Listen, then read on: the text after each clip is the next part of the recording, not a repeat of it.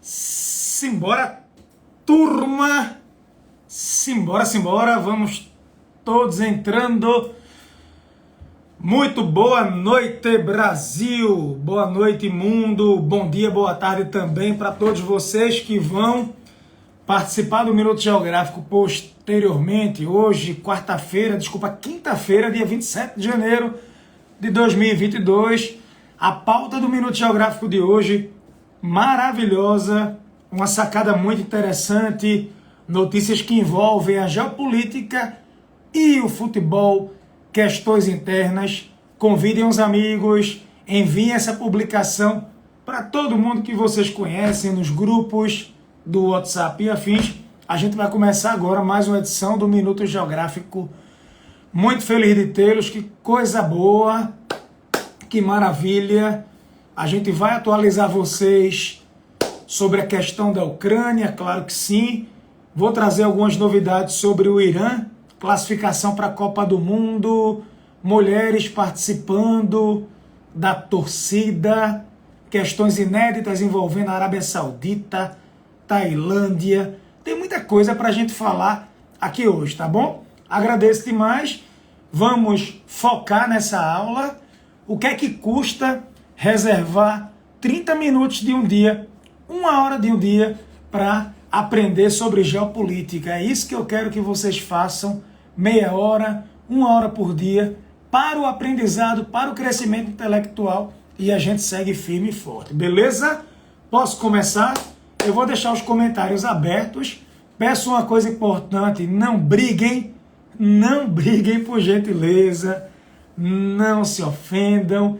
Esse é um momento de aprendizado, de tranquilidade, e a gente vai caminhando, ok? Pessoal, primeira notícia do dia que movimentou os comitês, as instituições internacionais, é que o governo dos Estados Unidos fez um pedido formal às Nações Unidas para uma reunião no Conselho de Segurança. Pois é, o governo dos Estados Unidos os Estados Unidos solicitaram a reunião aberta do Conselho de Segurança. Reunião aberta significa dizer que a pauta ela é pública e que o mundo vai ter acesso depois a tudo aquilo que foi debatido. Isso aconteceu porque os americanos responderam formalmente às reivindicações da Rússia. E os americanos disseram que não vão atender a Rússia. A Rússia quer uma garantia formal, oficial, de que a Ucrânia não vai ser aceita na OTAN, na organização militar liderada pelos Estados Unidos, e também os russos querem que os americanos diminuam a movimentação militar pelo leste europeu. Lembrem, a OTAN já fez 5 expansões pelo leste europeu e hoje vários países que integravam a antiga União Soviética fazem parte da Organização para o Tratado do Atlântico Norte. Professor, quem é que compõe o Conselho de Segurança das Nações Unidas? Bem, o Brasil. O Brasil acabou de ganhar mais um mandato, mas o Brasil não é um membro permanente. O Brasil não é membro permanente do Conselho. O Brasil vai ter um mandato, e não vai ser o primeiro. O Brasil já teve vários mandatos no Conselho de Segurança. É um mandato provisório. Os membros permanentes que têm direito a veto, Estados Unidos, a Rússia. A Rússia, ela é membro permanente, e antes da Rússia, quem fazia parte do Conselho era exatamente a URSS, a União das Repúblicas Socialistas Soviéticas. A URSS acabou no ano de 1991 e a Rússia passou a fazer parte do Conselho. França também, Reino Unido e a República Popular da China. Então, os 5 membros permanentes, Estados Unidos, Federação Russa, França, os britânicos e a República Popular da China, coincidência ou não, são os países que saíram da Segunda Guerra Mundial vitoriosos. Então, a composição do Conselho de Segurança, atenção, a composição do Conselho de Segurança tem relação com o resultado da Segunda Guerra Mundial. As potências vitoriosas, lembrem, antes da China fazer parte do Conselho de Segurança, quem fazia parte era Taiwan. Até os anos 70, Taiwan, tiraram Taiwan e colocaram a RPC, a China comunista, e a União Soviética saiu em 91, porque ela foi extinta, dando lugar à Federação Russa. Então vai ter essa reunião, a gente fica na expectativa do que pode acontecer. Hoje eu conversei, atenção, com um colega que trabalha na Rússia, inclusive trabalha nessa parte de diplomacia do Brasil. Ele encontra-se em Moscou. Obviamente que a gente não vai falar o nome dele aqui e também a gente não vai ficar falando de detalhes, porque existe todo um trabalho que ele faz junto ao Itamaraty, né, representando aí os interesses do Brasil. Mas o que ele me disse é que a imprensa estatal russa, atenção, atenção, atenção, a imprensa estatal russa, ela está batendo muito forte na tese de que a Rússia não ataca ninguém, que a Rússia é vítima do processo e que a Rússia vem sendo ameaçada pelos Estados Unidos e pelos aliados. Esse é um ponto. A imprensa russa estatal vem batendo nessa tecla. Os russos esperam paz, enquanto o mundo fala de guerra, e uma senhora disse assim: nós estamos muito chateados com a forma como a mídia estrangeira retrata a Rússia. Vê, ultimamente mais e mais pessoas estão ficando cada vez mais chateadas com a forma como a Rússia e os russos são retratados na maioria da mídia estrangeira como vilões, pobres, fracos, bêbados, e não é verdade. Bêbados, fracos, pobres, vilões. Então, a imagem que o russo tem é que a mídia estrangeira tem retratado o russo dessa forma e eles consideram isso um ato de xenofobia. Pessoal, outro ponto interessante, eu disse para vocês que a Alemanha, é uma piada, tá? A Alemanha, ela disse que não entregaria armas letais para a Ucrânia, ela insistiu. É uma política de longa data, tá? A Alemanha, ela não entrega armas letais a potenciais zonas de conflito. É uma regra, né, seguida pelo governo do país. Ela insistiu que não vai entregar armas, só que aí a Alemanha disse que vai mandar 5 mil capacetes. Deixa eu tirar os comentários bem rapidinho. Olha para cá. A Alemanha vai mandar 5 mil capacetes. Aí, um representante da Ucrânia disse: é uma piada absoluta. Qual é o próximo passo deles? Será que vão mandar travesseiros? Aí o cara tirou onda. Vão mandar travesseiros pra gente também? O que é que a gente vai fazer com os capacetes? Vamos dar o quê? Cabeçadas? Os alemães vão dar cabeçadas nos soldados russos? Como é que é isso? Então, a Alemanha vem sendo alvo de críticas, maior economia da Europa. Na verdade, a Alemanha, quem tem medo de Putin? A Alemanha depende do gás da Rússia. A Alemanha é a grande beneficiada pelo gás que chega da Rússia. Se a Rússia cortar o fornecimento de gás, qual é a fonte de energia que a Alemanha vai usar para substituir de imediato? Eu vou dar uma dica, não tem. Por agora, não tem, ok? Eu trago notícias da reunião do Conselho da ONU. Pessoal, Copa do Mundo de Futebol. Posso contar uma novidade para vocês? Posso? Teve um jogo nas eliminatórias entre Irã e Iraque. 10 mil pessoas no estádio. Irã contra Iraque. O Irã ganhou por 1-0. O jogo foi em Teherã. Eu fui nesse estádio. O jogo foi em Teherã. E a novidade é que o governo do Irã permitiu 2 mil mulheres. 2 mil mulheres puderam assistir, participar do jogo, na torcida. Separaram uma parte da arquibancada para as mulheres, colocaram uma ambulância só para as mulheres e permitiram. Não tinham 2 mil mulheres, mas tinham 2 mil ingressos disponíveis para as mulheres. Então as mulheres puderam assistir, puderam torcer, estiveram presentes no estádio de Azadi, certo? Tinham 5 vezes mais homens, o gol foi de 1-0. Só para lembrar vocês, os estádios lá no Irã estão fora do alcance das mulheres desde a Revolução Islâmica de 79. Por quê? Porque as autoridades ligadas ao Ayatollah, dizem que a proibição é para proteger as mulheres contra os palavrões dos homens. Então o homem fala muito palavrão no jogo de futebol, as mulheres não podem ir para protegê-las. Só que agora nas eliminatórias houve essa liberação, as mulheres puderam assistir, elas estavam sentadas num local separado, elas entraram por um portão diferente, saíram por um portão diferente, tinha uma ambulância, enfim, essa é a novidade interessante. Eu estou louco para ir para a Copa do Mundo, doido para participar da Copa, eu quero muito assistir, porque a Copa é um aprendizado geopolítico, é uma vivência para mim pedagógica significativa. Então vai ser em dezembro, possivelmente eu vou ter condições, já vou estar pelas bandas do Oriente Médio e devo acompanhar alguns jogos. Imagina, acompanhar a torcida do Irã, fazer um intercâmbio, conversar com os iranianos. Lógico, se eu for para a Copa do Mundo mesmo, eu vou passar no Irã novamente,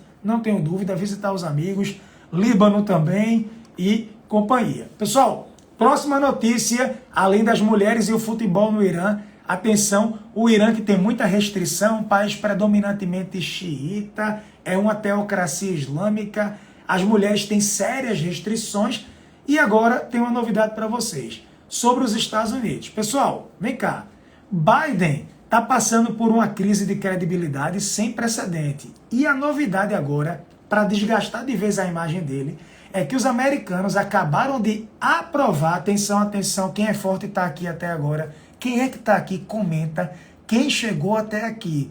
Quero ver quem está assistindo o Minuto Geográfico todo, carga massa. Posso contar? Cólera do dragão que tem poder, atenção.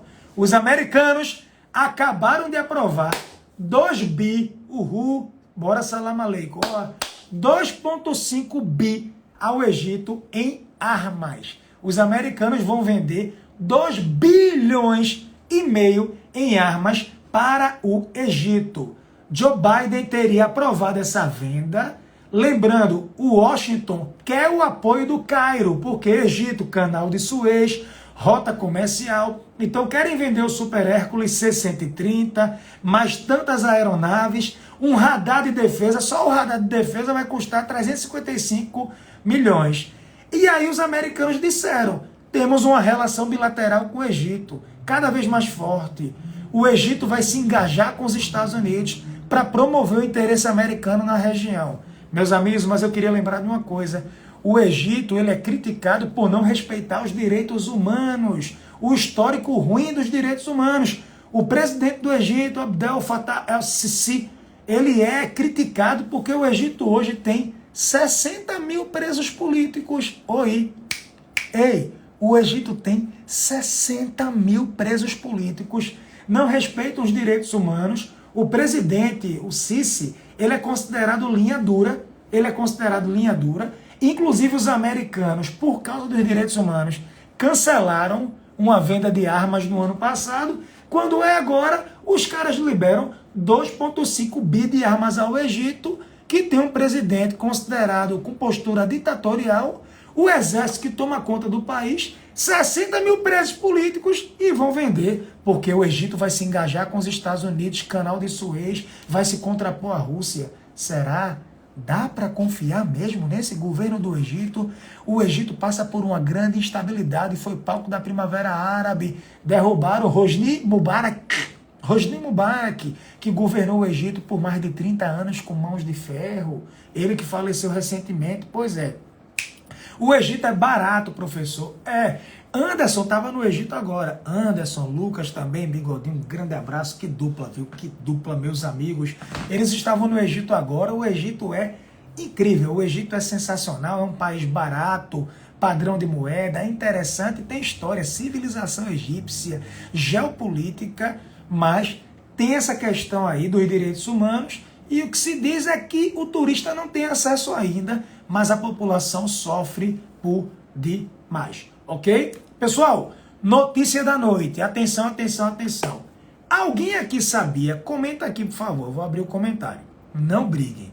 Alguém aqui sabia que a Arábia Saudita e Tailândia eram rompidos diplomaticamente? Me diz, por favor. Alguém aqui sabia que a Arábia Saudita e Tailândia eram rompidos diplomaticamente? Pois é, há 30 anos os dois países tinham relações congeladas. Posso contar a história para vocês? A Arábia Saudita acabou de estabelecer de volta as relações com a Tailândia. Os dois estavam brigados há 30 anos. Mais de 30 anos estabeleceram a companhia aérea da Arábia Saudita voltou a voar para a Tailândia e vice-versa, vão retomar. Posso contar? Em 1989, eu já era nascido, eu não sei vocês, o zelador nascido na Tailândia, um zelador que nasceu na Tailândia, roubou 20 milhões de dólares em pedras preciosas da casa de um príncipe da Arábia Saudita. atenção, um zelador da Tailândia, ele nasceu na Tailândia, mas ele trabalhava para um príncipe na Arábia Saudita. Ele roubou 20 milhões de dólares em pedras preciosas de um príncipe. Na época, rolou uma onda de assassinatos em Bangkok. A família da Arábia Saudita, a família do rei, mandou matar um monte de gente, perseguir. E a polícia da Tailândia foi acusada, sabe de quê? De pegar as joias para si, de esconder os bandidos. Pois é, o caso foi apelidado de Diamante Azul. Diamante Azul, porque só uma das joias tinha 50, um diamante azul, certo? Raro, de 50 quilates. Simplesmente, o paradeiro dele até hoje permanece desconhecido. A Arábia Saudita, na época, ela acusou a polícia da Tailândia de atrapalhar a investigação sobre o roubo das joias. E que as joias estavam com oficiais superiores da Tailândia. Então, roubaram as joias de um príncipe da Arábia Saudita, e as joias teriam sido encomendadas por um oficial da Tailândia, certo? O governo da Tailândia, na época, negou, disse que não tinha nada a ver, mas parece que uma das joias, atenção, uma das joias, segundo a mídia da Tailândia, uma das joias apareceu com a esposa de um alto funcionário. Uma esposa de um alto funcionário surgiu com um colar de diamante que era muito parecido com as joias roubadas. Então, 30 anos de relações congeladas. Por quê? Roubaram um príncipe da Arábia Saudita. E quem roubou? Um cara da Tailândia. E as joias apareceram supostamente com oficiais superiores e as esposas deles da Tailândia. Pois é, isso pegou muito mal. Professor, mas por que decidiram voltar ao namoro? Por que decidiram voltar a conversar? Simples, eu vou contar para vocês agora. O governo da Tailândia disse que a Arábia Saudita está procurando 8 milhões de trabalhadores qualificados. Quem não conhece a Arábia Saudita, bora comigo conhecer, bora. Está se abrindo para o turismo a Arábia Saudita, certo? Eu considero uma ditadura governada por uma família real. Há controvérsias, há críticas. Uma ditadura patrocinada pelos Estados Unidos. Por isso que não é tão criticada aqui pelo Ocidente, porque tem relações. Então a ditadura, quando é aliada, abafa. Quando é a Síria, que é inimiga, querem derrubar o ditador. Mas vamos lá, é um país belíssimo, povo maravilhoso, muitos brasileiros que moram por lá, país belíssimo, cultura, tem suas vantagens, tem sua beleza, não é só crítica, por favor, e parem de misturar com religião, porque são coisas distintas, vamos respeitar. Mas aí a Arábia Saudita está procurando 8 milhões de trabalhadores. Vocês sabiam que a Arábia Saudita está precisando de mão de obra qualificada para hotel? Eles estão atrás de pessoas para trabalharem em hotéis, no setor de saúde e construção e tecnologia da informação. Hotel, tecnologia da informação, setor de saúde e construção. Eles querem 8 milhões de trabalhadores. Se candidatem. Eles querem o quê? Trabalhadores porque estão crescendo, estão se abrindo. Pós-pandemia, a Arábia Saudita vai ficar gravado esse vídeo, vai explodir com turismo. Eles vão se abrir principalmente para o turismo chinês. A Arábia Saudita só era aberta para turismo de peregrinação. Você ia para Meca para fazer suas orações, sendo comprovadamente muçulmano. Agora eles estão abrindo de vez para o turismo e para eles isso vai ser positivo demais. Descobriram que o petróleo um dia já era. O petróleo que hoje bateu recorde, $90 o barril, 91 dólares, que lapado o petróleo, mas a gente sabe que o petróleo é muito criticado, novas alternativas de energia, então a Arábia Saudita vai entrar muito forte. Não tem que falar árabe necessariamente, você pode falar bem o inglês, você pode falar o mandarim, pode falar o francês, mas o ideal, claro, é aprender o árabe para ter uma boa comunicação local, depende do setor, ok? Tranquilo, o petróleo bateu 91 dólares hoje, na verdade. Quem quiser entrar short aí, ei, quem é que vai entrar short contra a Petrobras na bolsa? Me diz aí, quem é que tem coragem com petróleo a 91? O governo pode dar uma canetada, pode, tem a questão do ICMS, isso pode mexer com o preço, é estatal. Estatal numa canetada pode mudar muita coisa, mas eu digo para vocês que existe uma perspectiva, aumento da taxa de juros para tentar conter a inflação, né? O Fed vem trabalhando nisso. A tensão geopolítica, Rússia e Ucrânia, isso mexe também com o preço do petróleo. Isso mexe com o preço do petróleo muito forte. E Um comentário sobre a África. Tem o tema mais polêmico de hoje. Não saiu não, calma. Um ex-aluno meu disse, poxa, João, na África tem muito golpe. Teve um golpe agora essa semana em Burkina. Soldados derrubaram o presidente que tinha sido democraticamente eleito. Eu quero dizer para vocês que esse foi o quarto golpe. Quarto golpe no continente, em menos de um ano. Meus amigos e minhas amigas. 4 golpes em menos de um ano. Mali, Guiné, Sudão e Burkina. Essa é a África, um continente em chamas com grande potencial, com mais de 50 países, mas muito instável. Demais, 4 golpes militares em um ano, isso é preocupante. Agora, pessoal, vamos falar um pouco aqui do mercado financeiro, desculpa, não, da vacina, posso falar? Meu Deus, eu vou falar da vacina. E o Instagram talvez queira diminuir a propagação dessa live. Posso falar sobre vacinas? Posso. Um comentário. Um colega meu mostrou uma reportagem hoje, eu vou abrir aqui a reportagem, dizendo assim, professor, você viu, a Suécia aprovou, mas ela não recomenda a vacina contra a Covid para crianças de 5 a 11 anos. Então, o governo da Suécia aprovou a vacina para as crianças, ponto, aprovou. Mas não recomenda, porque disse que o benefício é pequeno e que a imunização do grupo não deve impactar tanto a propagação dos vírus. Eu tenho uma crítica, eu tive o auxílio do meu grande amigo Gabriel Maciel Fontes, e Gabriel, que carinhosamente eu chamo de Maciel, disse o seguinte, Joca, não é à toa que a Suécia foi o país com mais mortes por Covid na Escandinávia. Qual foi o país da Escandinávia com mais mortes por Covid? Suécia. Para efeito de comparação, o ideal é a gente sempre comparar países com realidades mais próximas. Eu não vou comparar a Suécia com o Brasil. Eu vou comparar a Suécia com a vizinhança, porque a realidade é próxima. Então, a Suécia, ela aprovou a vacina para as crianças, ok? Ok. Ela não recomenda, mas ela aprovou. Mas a Suécia não pode ser a maior e melhor referência. Foi uma polêmica na Covid. O país com mais mortes na Escandinávia por Covid. E quando a gente compara, a Suécia não foi um case de sucesso no combate à pandemia. Ok, meus amigos.